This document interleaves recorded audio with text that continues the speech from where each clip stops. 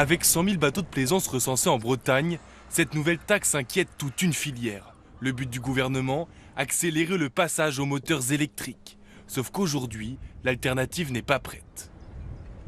Il y a 4 grands fabricants de moteurs thermiques dans le monde. Et pour faire émerger une offre de moteurs électriques pour ces hors-bords, il n'y a pas jusqu'ici d'acteurs industriels qui en aient pris le risque.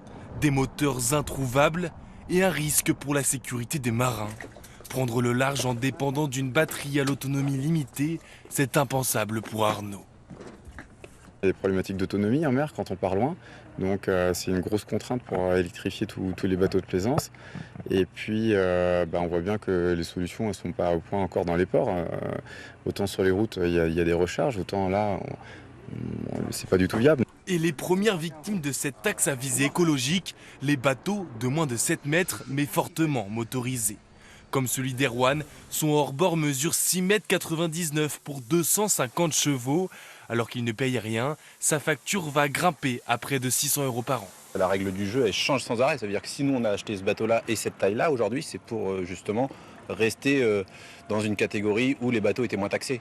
Aujourd'hui, si demain la loi change alors qu'on a acheté le bateau, on est pris en otage en fait. Cette nouvelle fiscalité rend la pratique plus chère pour les plus petits propriétaires. Le risque, les dégoûter de la mer et éteindre à petit feu la vie sur les pontons.